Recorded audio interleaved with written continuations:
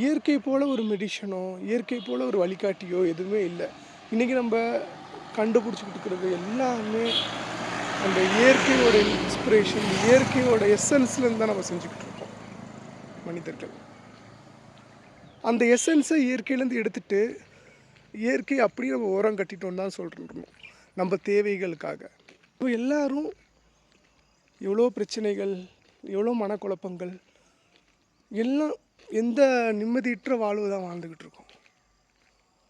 ஒரு 10 நிமிஷத்துலேருந்து ஒரு மணி நேரம் அந்த இயற்கையோட நம்மளை இணைச்சிக்கும் போது அது எவ்வளோ பெரிய சக்தி, அது எவ்வளோ பெரிய ஒரு லெசனர் அப்படிங்கிறத நமக்கு புரிஞ்சுக்கிட்டோம் அப்படின்னா, அதோட ஃப்ரீக்குவன்சி, இயற்கையோட ஃப்ரீக்குவன்சிக்கு தான் நம்ம மண்ணுலேருந்து தான் இந்த உடல் படைக்கப்பட்டுச்சு. திருப்பி இந்த மண்ணுக்கே தான் இந்த உடல் போகுது. நம்ம சாப்பிட்ற பொருளாக இருக்கட்டும், எல்லாமே அதை பொறுத்து தான் நம்மளுக்கு இங்கே கட்டமைக்கப்படும். கொஞ்சம் அந்த இயற்கையோட ஃப்ரீக்குவன்சிக்கு நம்ம ஃப்ரீக்குவன்சியை சிங்க் பண்ணிட்டோம் அப்படின்னா, எந்த சைக்காலஜிஸ்ட்டும் தேவையில்லை, எந்த டாக்டரும் தேவையில்லை. ஒரு ஒரு லாங் லிவ் மெட்டீரியல் லைஃப்பில் சக்ஸஸ்ஃபுல்லாகவும்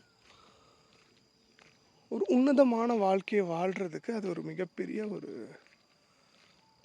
லெசனாக இருக்குங்கிறது என்னோடய அப்சர்வேஷன்.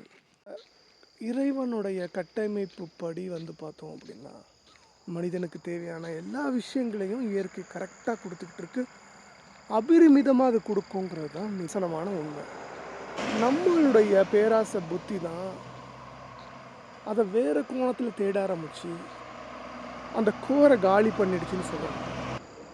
நீ இயற்கையோடு வாழும்போது மன சஞ்சலம் இல்லாத நோயற்ற ஒரு வாழ்க்கையை வாழ முடியுங்கிறது தான் இறைவன் நம்மளுக்கு இயற்கை மூலியமாக கற்றுக் கொடுத்துட்ருக்க மிகப்பெரிய பாடம்.